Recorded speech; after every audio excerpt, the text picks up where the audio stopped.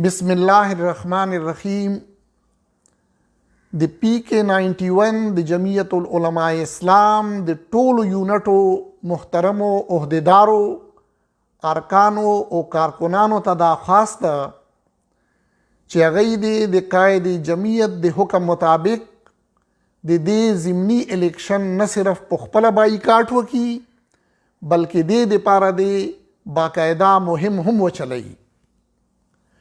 موږ خپلو هغو ووټرانو سپورټرانو ته چې جماعتي نظم په دایره اثر کې نه دي هم دا مشوره ورکوو چې هغوی د دې ضمني الیکشن نه بایکاټ وکړي، ځکه چې تاسو ګورئ چې د ضمیر سوداګانو سوداګانې شروع کړي، خزانې د پاکستان دی راخورې شوې، سره مهران دی ننوځي په کوهسار، اخستونکي هم معلوم دي، خرڅیدونکي هم معلوم دي، خرڅونکي هم معلوم دي.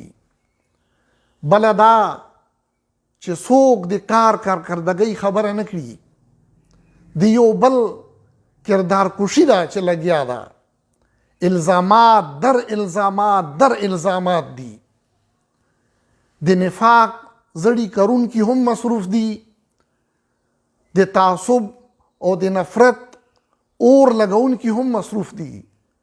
نو د حالاتو تقاضا ده چې دا خلق مسترد شي، دا ضمني الیکشن رد شي. مهرباني.